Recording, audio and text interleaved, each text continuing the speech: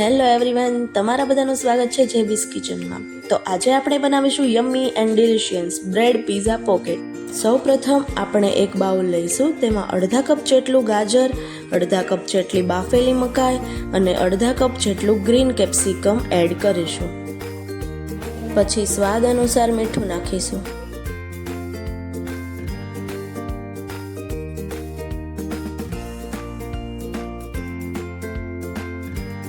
પછી તેમાં 1 ચમચી ગ્રીન પીસનો ઓરેગાનો, 1 ચમચી ગ્રીન પીસનો રેડ ચીલી પાવડર, 1 ચમચી ગ્રીન પીસનો પીઝા સ્પાઇસ મિક્સ એડ કરવું. પછી તેમાં ગ્રીન પીસની શેઝવાન ડિપિંગ ચટણી એડ કરીશું, જે મીડિયમ સ્પાઇસી છે એટલે તમે એઝ અ ડીપ પણ યુઝ કરી શકશો. ગ્રીન પીસની બધી જ પ્રોડક્ટ ઇટાલિયન રેસિપીને ઓથેન્ટિક ટેસ્ટ આપે છે. જો તમારે ગ્રીન પીસની કોઈ પણ પ્રોડક્ટ પરચેસ કરવી હોય તો ડિસ્ક્રિપ્શનમાં આપેલા નંબર પર સંપર્ક કરવો. હવે તેમાં થોડું માયોનીઝ એડ કરશું અને આ બધા ઇન્ગ્રેડિયન્ટ સરખી રીતે મિક્સ કરી લઈશું.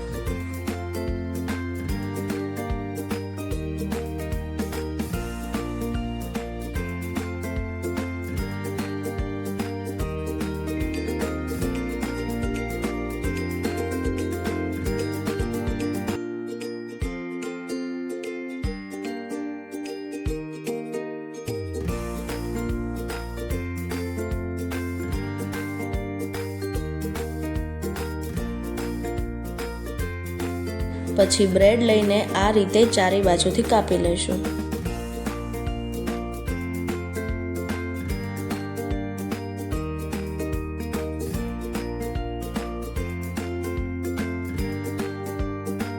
પછી બ્રેડને વેલણની મદદથી આ રીતે વણી લેશું.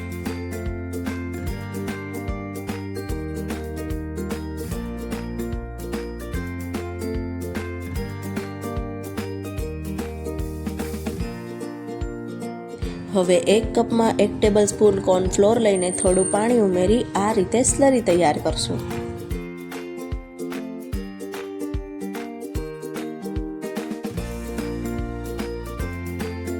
પછી તૈયાર કરેલું મિશ્રણ આ રીતે સ્ટફ કરી લેશું.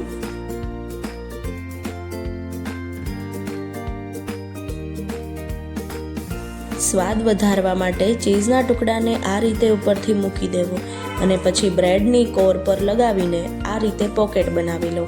આ સ્લરી લગાવવાથી પોકેટ ખુલશે નહીં.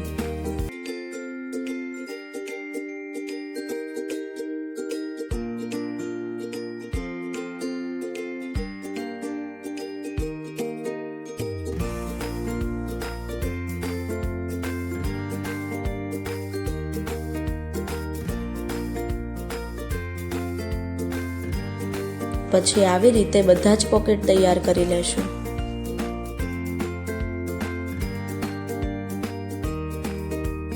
હવે એક પેનમાં તેલ લેશું.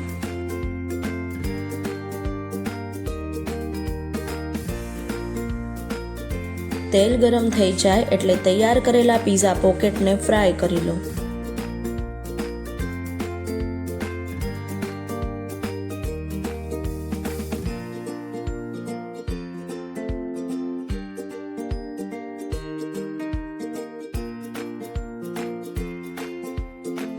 લાઇટ બ્રાઉન કલર થાય ત્યાં સુધી તળી લેશું. પછી તેને સર્વ કરીશું. મેં અહીંયા કેચઅપ સાથે સર્વ કરેલું છે, પણ તમે પીઝા પોકેટને માયોનીઝ સાથે પણ સર્વ કરી શકો છો.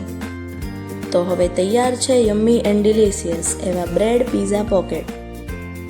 જો તમને આ અમારી રેસીપી સારી લાગી હોય તો લાઇક, શેર અને કોમેન્ટ કરજો અને સબસ્ક્રાઇબ કરવાનું તો ભૂલતા જ નહીં. નવી રેસીપીની અપડેટ માટે બેલ આઇકન પ્રેસ કરો. Thank you for watching.